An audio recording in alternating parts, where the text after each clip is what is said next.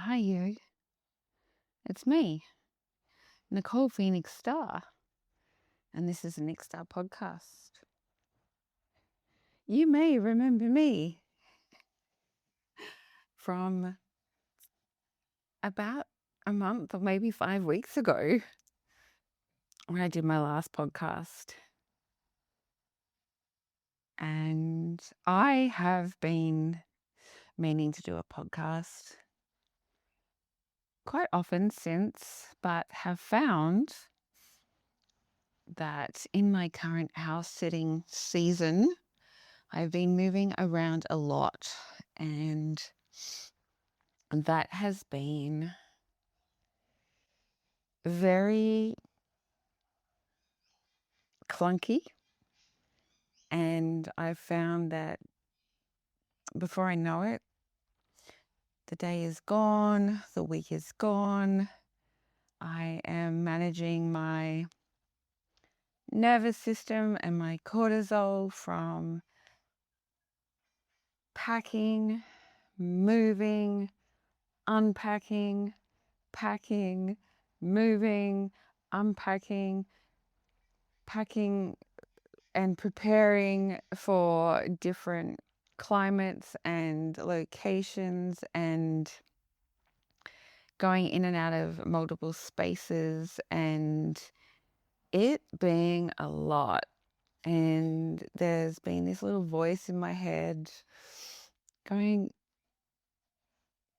"You need to do the podcast." And I'm like, "Yeah, I know."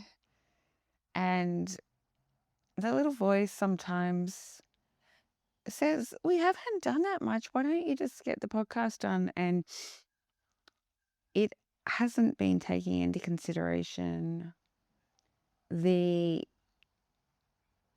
little roller coaster that my Whoop has been measuring of my recovery and sleep, and the effects of all of this,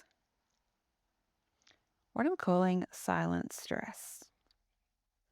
Because, you know,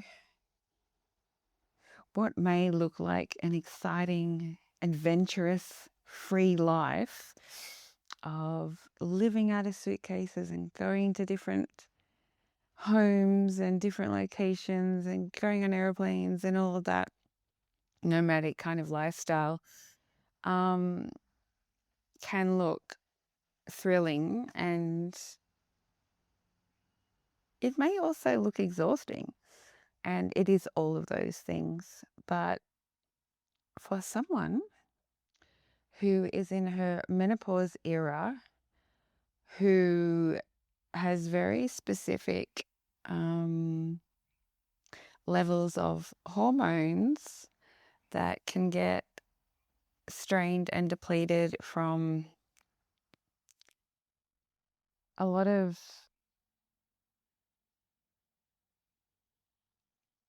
chaotic life stuff, which does not mean it is emotionally chaotic. It does not mean it's, intense, difficult, chaotic. It does not mean that it's drama chaos. It does not mean any of that. Like the chaos of packing, unpacking, moving, getting used to a new bed, getting used to a new temperature, getting used to a new location, getting used to the energy of the place, cleaning up physically, cleaning up energetically, doing all the things. Like, it's a lot. And quite often I feel the feedback in my body, like, it can feel like jarring. It can feel like freeze, flight, fight. It can feel like crawling of the skin. It can feel like hypersensitivity. It can feel like managing your energy levels constantly, and you don't actually achieve a lot of doing. in context of how many podcasts you can record, and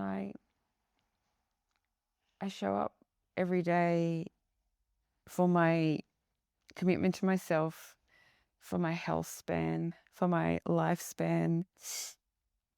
And I do 15 minutes of movement, which is nothing, like 15 minutes a day is nothing in scroll time, is nothing in Netflix time, is nothing in staring out a wall time. Um, 15 minutes movement is a life source supply, mental health juice, and everything. Every other day I go for a walk, or I do yin yoga or something like that. And again, it's no different from sitting and scrolling or watching a show. And I always feed myself impeccably. And, like I eat whatever I want, and 95% of that time is food prep and very intentional and low calorie, high nutrient dense, balanced macros. That is the sweetest spot for my body, my movement level, and my age, to maintain my weight and support my days that I lift weights and all of that. But running around like a maniac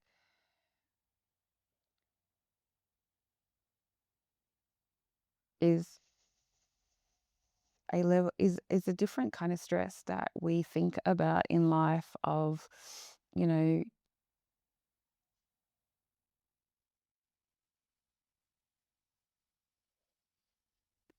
I was about to say the cost of living, things like that. But again, I think that's a bit of a story.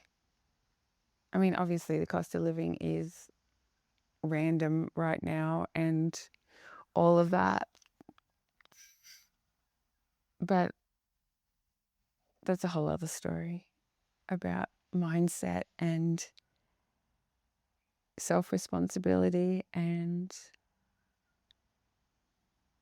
being savvy financially and educating self where you're aware of your own gaps and stuff like that. Again, another level of self-responsibility. Anyway, there's times that I've found myself in different environments that have really heightened the silent stress, which I can feel so dramatically in my body. And, my heart rate variable, my HRV goes down.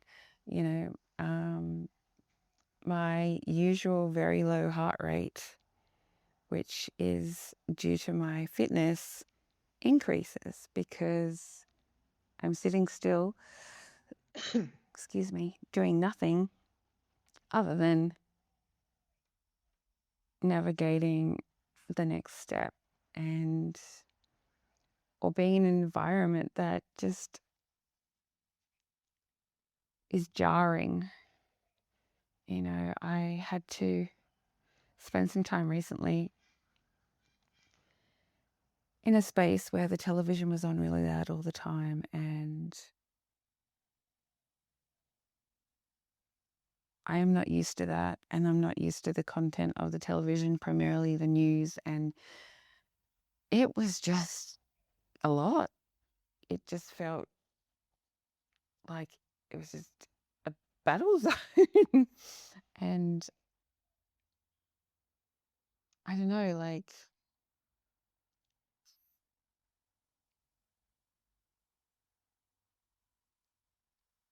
environments have a huge impact on you when you are used to being in your own space, even if that is someone else's home. When I go into other people's homes as a house sitter, I cultivate a sacred space and I pour myself into that space, and it feels wholesome and loving and nurturing because I've set it up that way, and I don't have to, I kind of compromise or accommodate around other people because they're away and I'm house sitting. So, yeah, it's notably quite different when I step into other people's spaces when they are there, and I need to be respectful of their space and how they live, even if I find it quite jarring and loud. Which just gets me outside a little bit more and going for walks or heading to the beach, which is always one of my favorite places to go. Um, the last couple of weeks, I've been talking a lot with some women that I work with around how women over 40s, women in perimenopause, women in menopause, women in postmenopause, how profoundly dramatic silent stress affects them because they no longer have the progesterone, which is the smoothing hormone that comes and is a primary hormone for mothers and allows them to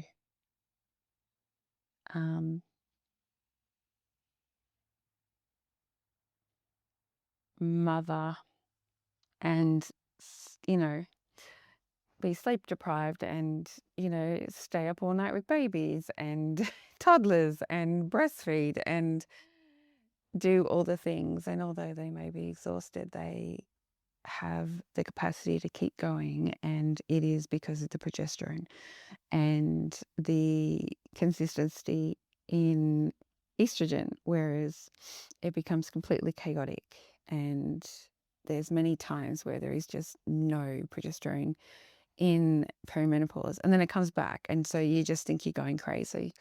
But fortunately, as we step through menopause and into postmenopause, those things are more consistent, and it's far more glaringly obvious when the silent stress is being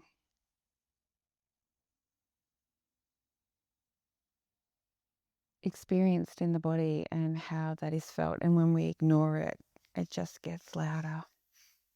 And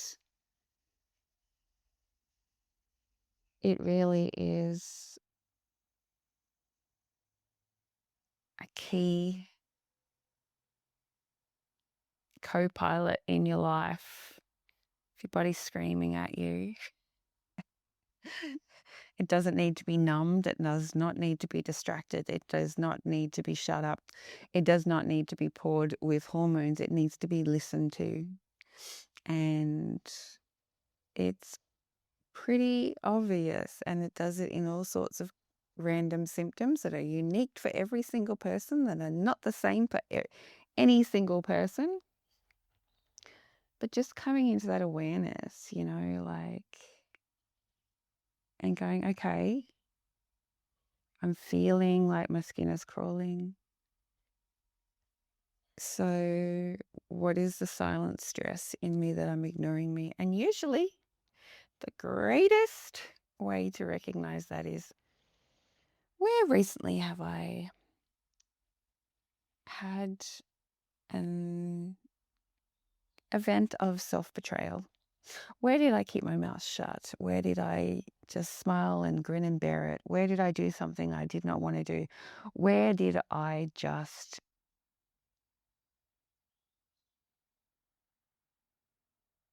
do any form of self-betrayal that wasn't in alignment with being kind with myself, that wasn't in alignment with me honoring myself, which wasn't in alignment for the greater good, which was enabling that person, which is giving them the wrong message, which is telling them I'm okay with this, and everything in my body is screaming. And it's confusing because we could handle all that while we're in our mother era, irrespective of whether we have children or not. It's that time where you have hormones, when you are able to conceive and birth a child, and we're irrespective if you did or didn't or weren't able to complete it and tried. You know, essentially kind of 15 to 45 window, but it starts being chaotic from 35. So, yeah, it's confusing when what we used to endure or smooth or stress that we could handle didn't annihilate us or make us hypersensitive or whatever the experience is, and then suddenly does. It is very confusing. And these moments of education and understanding the science helps us understand ourselves, and ultimately it is asking the question of, am I in self-betrayal or am I in self-support? And to acknowledge what has just happened kindly. No mean girls allowed. No self-damning or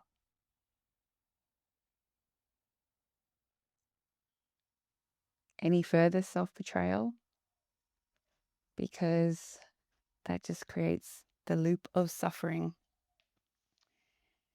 Anyway, I have been very, very, very conscious over the last week of silent stress as I am preparing to leave the Sunshine Coast again for a house sit in Victoria, where I'll be gone for nearly 7 weeks. And that longer sit is perfect, not running around like a maniac. And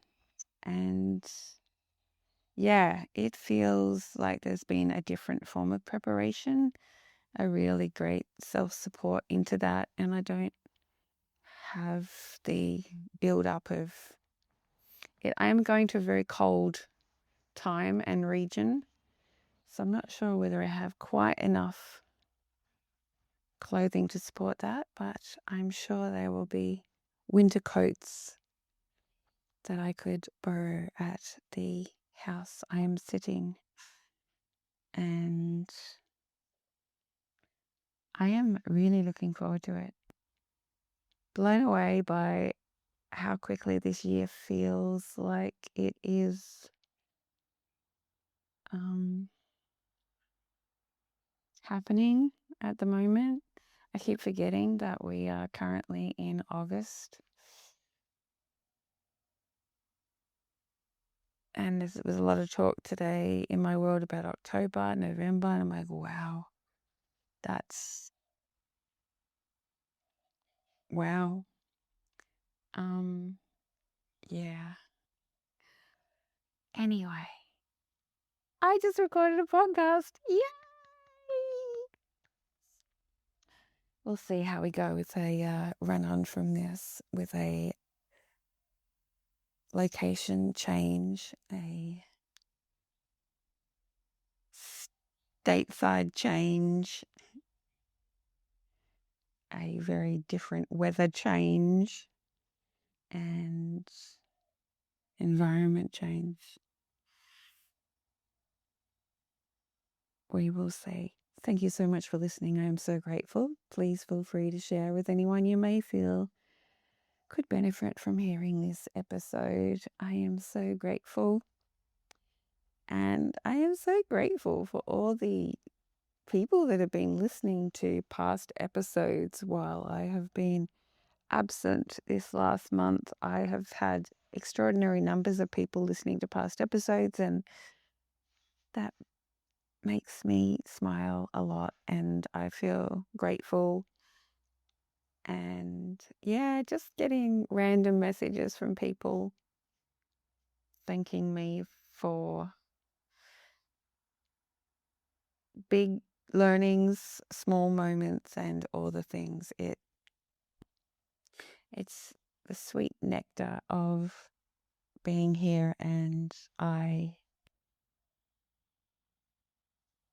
feel incredibly grateful and blessed. Okay.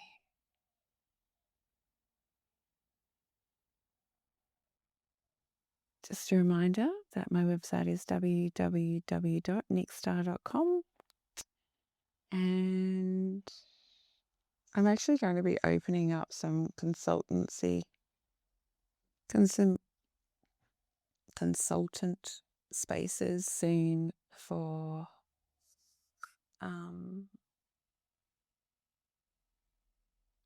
wellness, soul medicine. It's a whole, I've had this thing kind of brewing for a while, and it feels almost ready to birth. So I'm excited about that. We will see how we go. All right. Much love. Thank you so much. Mwah.